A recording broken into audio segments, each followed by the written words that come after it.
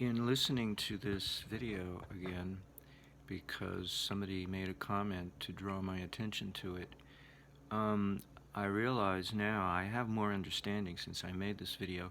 At the time that I made the video, I didn't know about Newman's little secret that he kept to himself, claimed God gave him the information, and he failed to give credit where credit was due to an electrical engineer by the name of Byron Brubaker from Wabash, Indiana, who in 1986, if I recall, gave Newman the little secret to make his improvement.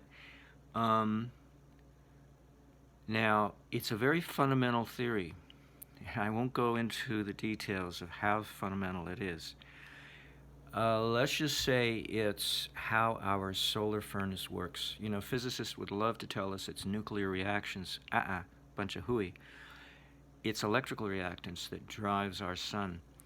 And it's all because of the fact that suns and planets are hollow, and there is a ball of energy in the center that drives the damn thing. And but we also have, in the case of the sun and stars, and also Jupiter's on the verge of it. It's, you know, kind of almost becoming a sun, but it's still a planet. I mean, exclusively a planet. See, a sun is both a planet and a sun. But a planet is just a planet because it's too big to be also a sun. What happens is the atmosphere becomes totally ionized. And that means any ocean also becomes a gas and becomes ionized, a plasma. And that's what we see influencing us, giving us warmth and light, is the exterior ionization surrounding that stellar hollow object.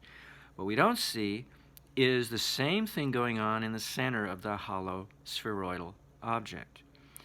And it's that mechanism of ionization, and see, because the four states of matter are very indicative of the two phases of electricity, namely the thermodynamic phase of loss and thermodynamics, you know, conservation of energy, entropy.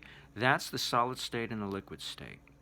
Meanwhile, the gaseous state and the plasma state of matter is the electrical reactance, in which you can have, as Eric Dollard says, a synthesis of electricity in which energy appears seemingly out of nowhere or disappears into nowhere, as Gabriel Cron was so agile in performing that little trick.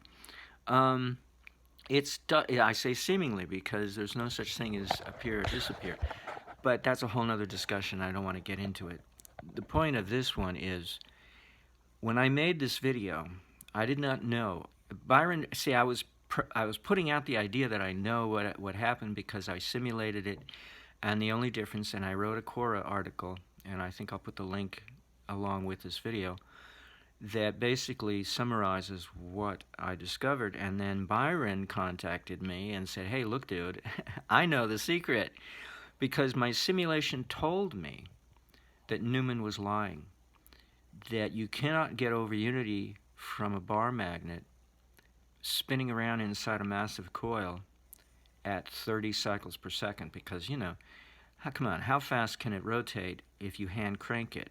It'll speed up within an hour, but not a whole lot, by comparison to what's needed to get it to be over unity.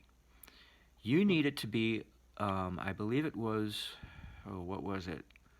Was it 100,000 or a million? I think it was 1,000,000 cycles per second. No, it was 100,000, right. I think it was 100,000. Well, whatever it was very high.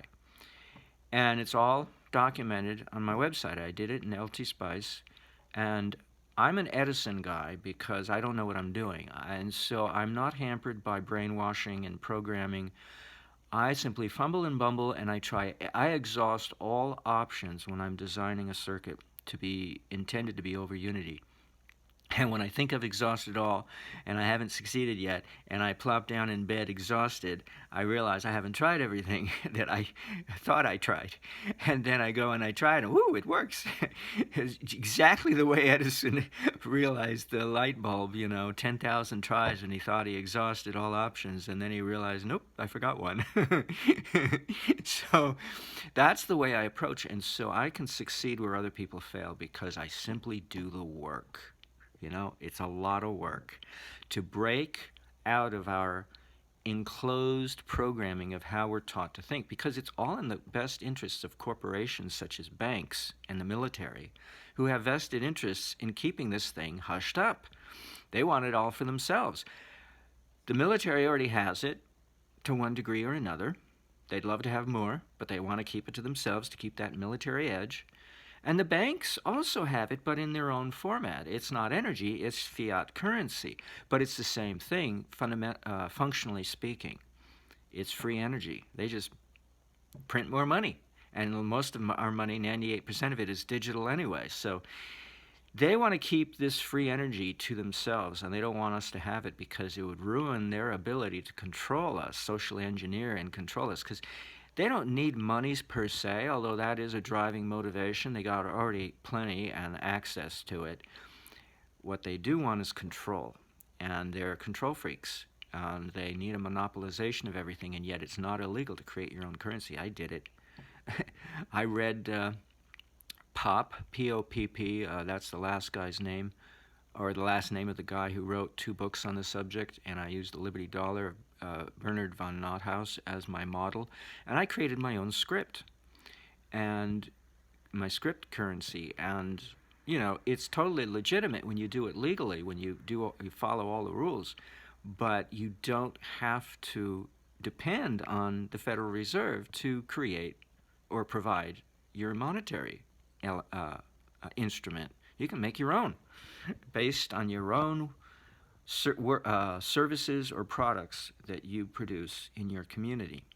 So it's not illegal to create free energy according to the laws of physics. They just they want us to believe that's the case.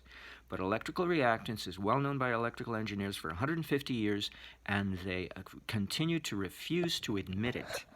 Okay, so this is what I've learned, the politicization of science for the purposes of control. Now, getting back to Joseph Newman. So I did not know the secret yet when I made this video. And what I'm seeing here is that I'm describing the mechanics of how the secret works, using Edward Leeds-Skolnin's popularization of the perpetual motion holder. I think a guy by the name of Mr. Davis, invented it, or somewhere around 1842 or something.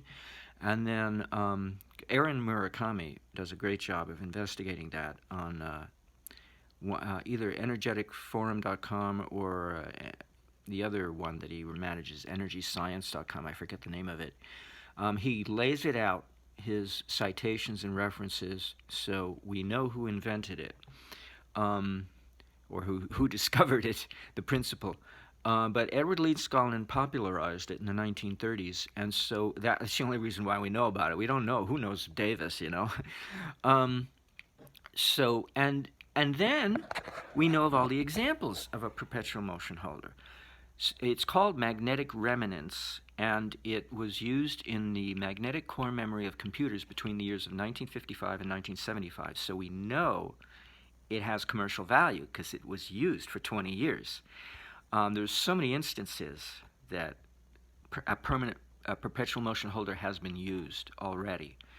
So it's not even a point of dispute whether or not perpetual motion holders work. But here's another example of where they occur. They occur inside of a ionized plasma. Okay, so when you get an ionization happening, you've got yourself a perpetual motion holder going on, and this is the secret to the Newman motor. What he did was he took Byron's secret and he built all of his demonstration models that he showed off to the public. Oh, looky here, it's over unity. Meanwhile, he continued to tell the public how to build it based on his older version using the the bar magnet spinning around on the inside, that is not over unity. And then he would lie and say, oh, just make it bigger and it'll be over unity. That's a lie. You can't make the thing big enough. I've tried under simulation. Berkeley Spice is the standard of the industry for simulating analog electronic circuits. I've tried every parameter imaginable, and there's only one that makes it over unity, and that's rotation speed of the bar magnet. When you get it up high enough, now it'll be over unity, because I used all the parameters. I bought his 8th edition of his book, on the internet. This is after